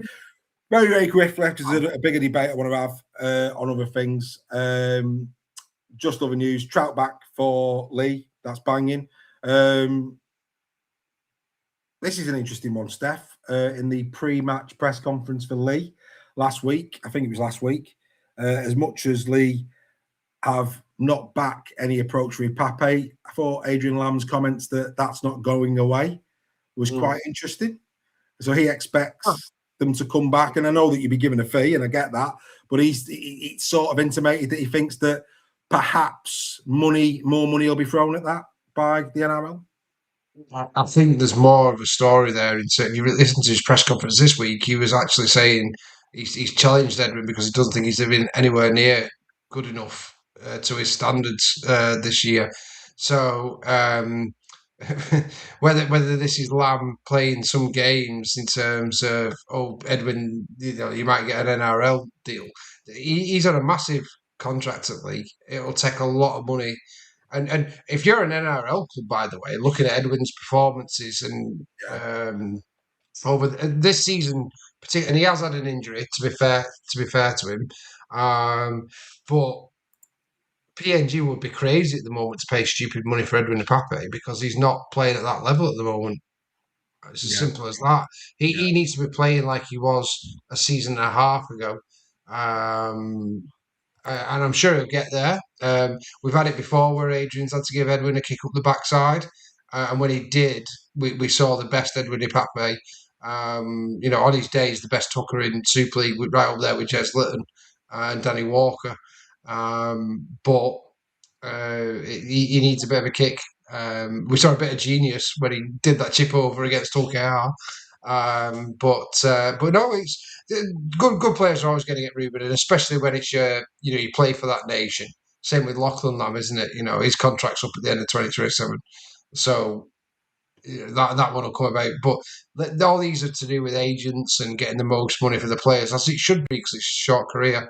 And the players deserve the best that they can get. So if Edwin did leave Lee, it'd be gutting because he has intimated that he wants to stay here for the rest of his career and live in League for the rest of his life. So, but if it happens, and you couldn't blame the lad for wanting to go back and have a bit of NRL glory with his hometown team. Yeah, no, I don't disagree with that, mate. I don't disagree with that at all. Right. Tristan Saylor signed. Good news. Does that mean Jack Wellesby's going, Joe? There's no smoke without fire. There's a lot of chat about that. He's certainly not been performing as well as he has done before. It's not that he's a bad player. He's not. He's a good player. It's just that the Saints have increased the quality of some of their squad, and people that play in and around the positions that Jack plays in, I think, are better than him, and that's okay. There's nothing wrong with that. And unfortunately, when you've got players like Saylor in there, who, technically and everything else is better, it unfortunately forces you out a little bit. And with the money that he'll demand, I don't think Saints will be prepared to necessarily pay it if they're not getting, if they can get what they're getting from Saylor as opposed to Jack. So, but that doesn't mean to say that he wouldn't do an amazing job at another club where his services would definitely be sought after. Yeah, but again, who's playing the way Jack's playing? I mean, look, Jack's a great player. He's been superb for St. Helens over many, many years. But if we're basing it on current form, it's not the right time at the moment for Jack to be trying to get himself a contract, is it? He's got to, as you were saying about your Pape, Steph, Jack's got to book his ideas up. Yes, Sam Powell will be leaving Warrington at the end of the season. Where he's going yet, that has not been announced. But I would expect Powell and Sneed, they will both be off at the end of this campaign. And Warrington do look as if they're going to be keeping faith this weekend with Leon Hayes and Ewan Irwin in the halves, which again shows a lot of faith from Sam Burgess. He wasn't great against Leeds, but he's thrown him in for a third game in a row. So that's going to be very interesting. And I think we'd all agree that Kyle Felt leaving Saints from the outside looking in. Yeah, fair enough. Yeah, I would say so. Fair enough. Oh, don't know what's happened there. I've got a power cut. Wow. Luckily, That's weird. Anyway, we carry on. A bit of a power cut. Obviously, been talking too much. Anyway, moving swiftly on. Let's get into this one. When will season 2026 truly ignite? That's the question that I'm posing to you. We've got a great game, or what should be a great game, on Friday night. Should be a belter. Should be a barnstormer. Should be everything we want. Leeds, great form, coming against KR, who have played themselves into form. This should be an absolute belter, but we've been here before this season. How many times have we sat on this and the captain's run and said, oh, can't wait for this one? And then, the headline act, which was Warrington Leeds, is outdone by, Castleford and Toulouse. And you're just like, what happened there? As an entertaining fixture to watch. Joel, how many games currently this season live long in the memory for you, other than your win at Wigan? But that obviously from a Huddersfield fan doesn't get much better than that. But in terms of something that you're sitting there now and you're going, "Oh, that was a game this year." How many can you pick out? I can only really probably say 2 off the top of my head. So, Cass at Wigan. For the same reason. Yeah, for the same reason. That was a good game. And that was, for me, was the start of Cass having a bit more of rejuvenation. And they've kicked on since then, which is good. I think Leeds, Vegas. Just because it was Vegas and they battered KR. I don't know what it is. It just visually looks like a really good game of rugby. And maybe it was because it was at Vegas. But I think that's saying something, the fact that they're the 2 games that really stick out to me. Yeah. And Steph, same question. I mean, you can look at KR getting beat to York first game of the season, 1918, and that sticks in the memory because it was such a surprise. The quality, let me try and, from a quality perspective, from a game where it's like being like, whoa, look at that, proper toe to toe, have a bit of that, what have we had up to now, would you say, Steph? Wigan Saints, but more for the ending. I know we spoke about that earlier, Dave, in terms of just the drama of that. And it's a Wigan Saints derby, is it? But for moments, it looked like it was a Wigan walkover, and then pops Bill Leyland and becomes the St Helens legend. I'd say from a personal perspective, Lee OKR. Good game. And Lee was I know you were there that day, Dave. It was when you see both teams drop to the knees at full time, everything's gone into that, and it was a fantastic Burgess tackle on Lamb, which Lee should have scored to win that game. But that was a cracker of a match. I'd say another one that I watched live, Lee and Toulouse, was a really good game when Lee won by golden point. I think any of the close ones, really. I enjoyed Casford's win at Wigan, obviously for different reasons. And obviously, of course, seeing Huddersfield win there as well. But they've been few and far between. Yeah. And I think the story really is the ones that we've really hyped up have under-delivered. All we've been robbed of, like Wigan and KR, for example. That should have been a classic, shouldn't it? At Craven Park, and turned into an embarrassment. But yeah, it's not gone off yet. But I've got a feeling that the fuse has been lit, and I think in a couple of weeks. The good thing is for the competition is it's still all to play for, and then the top spots and who's going to play at home advantage, and I think that story is just at the start, and we're about to start going into that period where we start to see it come to fruition in terms of what it should be and show its real potential of this season. I think the playoffs will be great. I mean, when we get, I think pre-playoffs. I think this period now. Oh yeah, it's starting. It's starting now. I do think. I mean, Craig there in the chat, he's having a giggle. Challenge Cup final was a great game. Behave yourself. But again, and I go to that. You look at the year before, Warrington and KR. It was close. It was gritty, and it was last minute winner. Beautiful, as a final spectacle. There was no final spectacle in that game this year. Great performance from Wigan, but as a neutral, that wasn't a great game. I think for me personally, I think a couple of games stick out. For me, as I say here. We've had the narratives, we've had those close ones, the close wins, Toulouse, Wakey round one, the York one, and a couple of golden points. As you said, Steph, we've had the Good Friday game, which if Saints don't have that last 15 minutes, that would have been very forgettable as a neutral. Great for Wigan fans, of course it is, but as a neutral, wouldn't live long in the memory. As I'm saying, Challenge Cup this year, for me, a bit damp, Wigan Wakey was good. Wigan Wakey was a great game in the quarters. I thought the semis were a bit poor, very poor, and then the final, again by recent standards, poor. Wasn't really a contest. I think the game that really sticks out for me is Wakey Hull KR.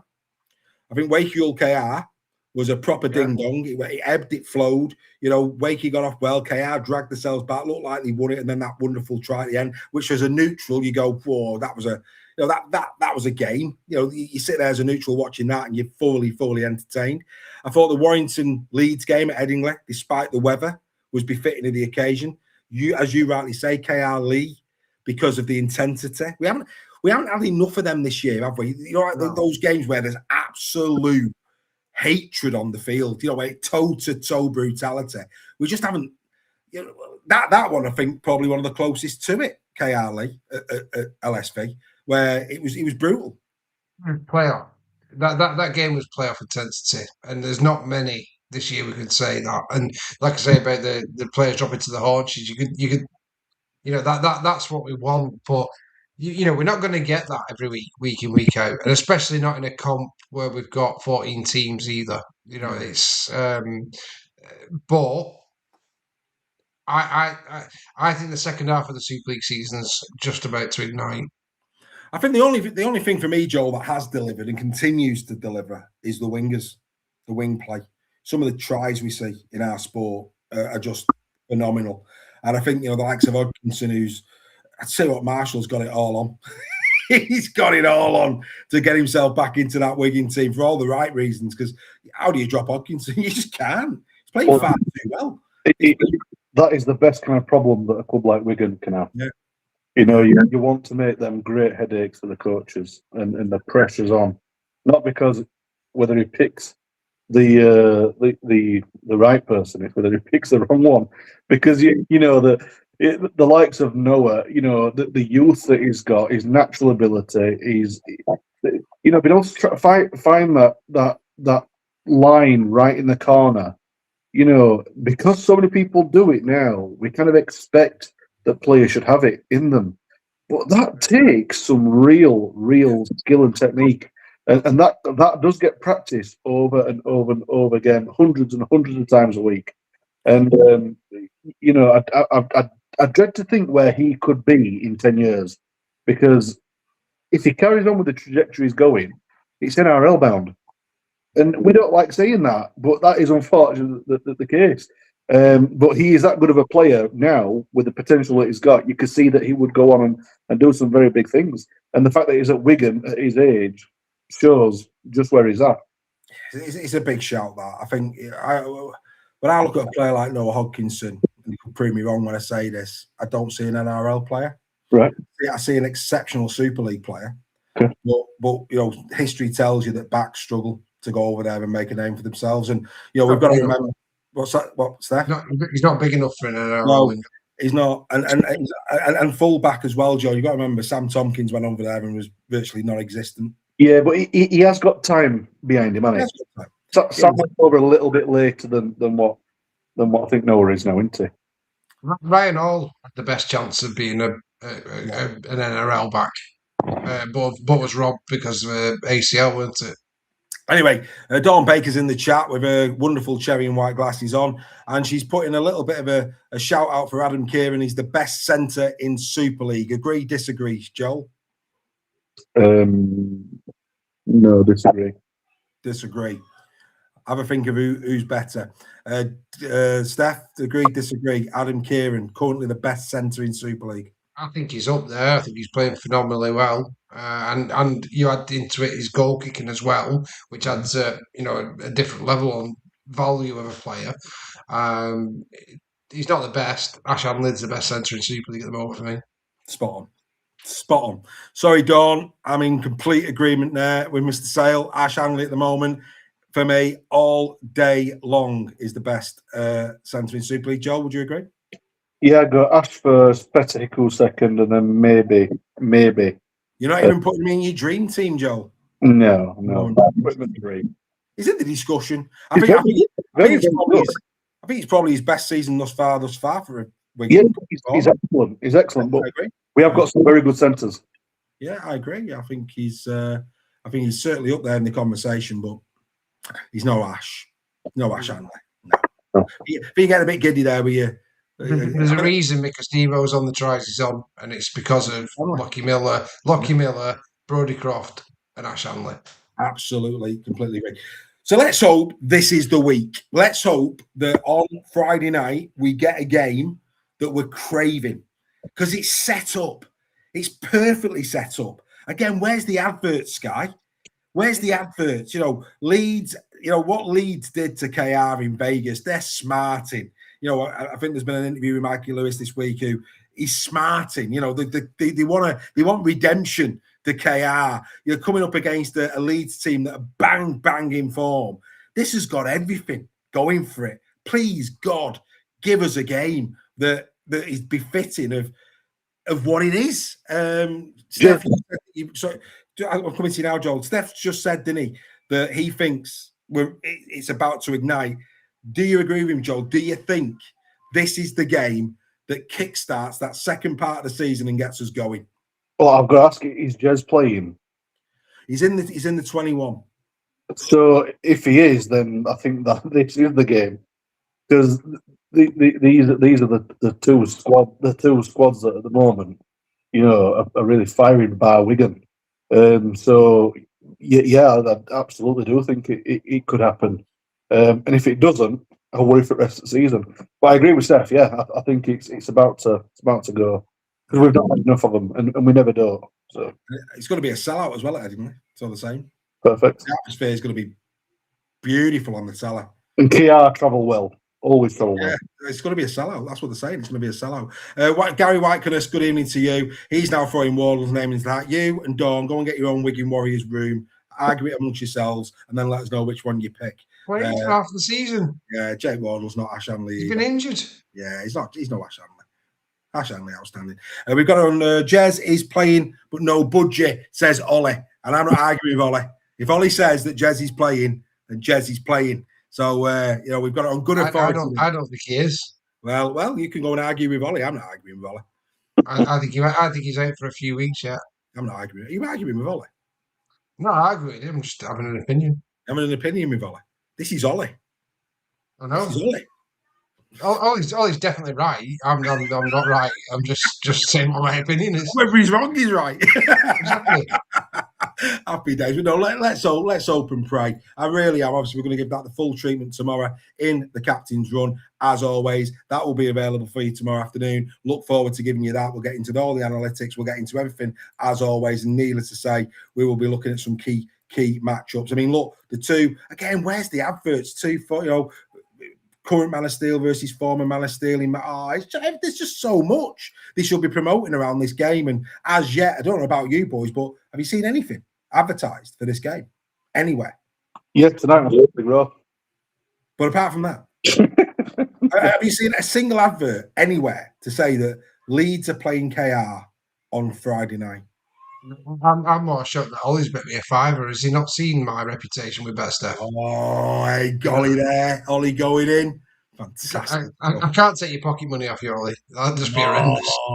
Hey, it's not his money, it's his mum's. Anyway, it's fine. He never bets with his mum. He's too clever to bet with his own, mate. Look, Warrington against Catalan. I'll tell you what. Oh, that could be interesting. If the Catalan, if top form Catalan Dragons come over for that one, and they've got a good record at Warrington, they've done it a couple of times before. All of a sudden, squeaky bum time at Warrington. If Catalan was to come over, especially when you look at the fixtures Warrington have got in their future, they've got Wigan, they've got Lee a couple of times. Some difficult fixtures coming up for Warrington. They need a win on Thursday. They need a win on Thursday. That's going to be very interesting. Tigers Knights. I mean, that again, you know, you look at it from a York perspective, lads. Lots to talk about there on captain's run. York desperate for wins. They've got a good run of fixtures in the fact they're playing teams that are closer in the table over the next 5 weeks. You do feel that York need to pick some points. I know you'll be very interested as well, Joe, because I think they're playing you a couple of times, aren't they, in the next 5 weeks? So again, big 4-pointers there between you. FC, they host the Warriors. Look, FC have done well in recent past against, but this is a completely different kettle of fish. We're going to be just whoa. And, you know, FC, as we know, have still got major problems in terms of their injuries. So, yeah, Toulouse against Lee, interesting game in Toulouse. I don't think Toulouse will go away anywhere, but I expect Lee to come through that. Bradford up against Saints. I mean, dangerous. I'm just like, you know, I'm almost thinking, you know, give you a wobble next week. But it's I tell you what, you know, like the touch bit. I'm telling you now, this week, Super League is going to kick off. Oof. I mean, the thing is there as well. There's a great narrative there. Master against apprentice, Haggerty against Rowley. Yeah. There in it. You know, there's a narrative there. What is going on with the man? I mean, market our sport. I mean, it's there, absolutely there. That I mean, what bragging rights that'd be for Kurt if he got a massive. You know, can you imagine? Can you imagine the fallout from that? I think it was the highest ever view of Red V TV. It just go through the roof. Really pleased with Red V TV because they did say that, you know, they don't appreciate people from outside the club giving opinions because they don't watch their team every week. So they clearly accept our constructive criticism because we do watch their team every week, the full 80 minutes. So that was nice of them to say that. Really, really good. Wakefield taking on the Giants as well. Joel's just put his hands over his face with that one. Ouch. Anyway, as you say, Steph, lots of excitement. I just look, we just want that Leeds and KR game to deliver the quality on the field. We want to see quality tries. We want to see big hits. We want to see the cheeky offload. We want to see, you know, the superstar dive in the corner. We want to see runs from dummy half, you know, getting the roll on. We want to see a team going ahead and then being overtook and then coming back. We want it all. We're not greedy. I'm not greedy. I just want a great game. I don't care who wins. I'm not bothered who wins. Don't care. I'm not bothered. It can be a tweet. It can be a horn. I don't care. Just give us a game. Give us a game that we can sit there on Friday night fully enjoying ourselves. Let's hope that's the case. As always, time has beat us. A great evening. Slow start because, of course, we were waiting for Mr. Sale, but we got there in the end. Fantastic stuff. Captain's run tomorrow. Do spare a thought for our Reggie. Like I say, he's got eyes like he's been hit 15 times by Frank Bruno. He's on the antihistamines. I don't know what's happened. He's got an allergic reaction to something.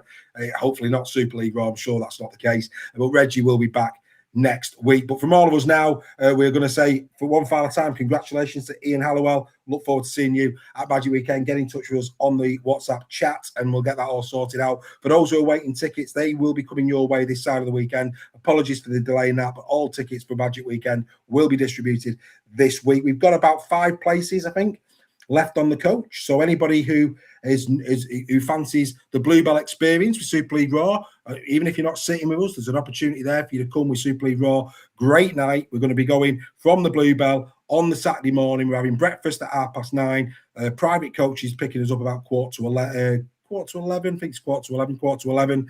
That'll take us straight outside Hill Dickinson. The same coach is going to be picking us up about 8:15. We're back to the Bluebell. There's a live band. All of that for 35 quid. Can't knock it. Absolutely superb deal there. So there's a few tickets available. If you fancy being considered for that, don't go on the website and buy them. Just come via me because the last thing I want is people having them and then there's no place and they've got to start refunding. So if you're in and around the Warrington area and you fancy a full day's experience on the Saturday, then drop us an email on info@superleagueraw.com, or if you're a member and you haven't already said that you want to come on the coach, then give us a message privately on the WhatsApp group, and we can try and sort that out for you as well. But from all of us, we will see you same time. Well, not same time. Yeah, same time, different place. We'll be back on Tuesday next week. From all of us, look after yourselves, and for those members, yes, the after party is on. Just use the social link as always that is in the chat. From all of us, we hope you've enjoyed Super League Raw Weekly. We'll see you next week. Bye for now.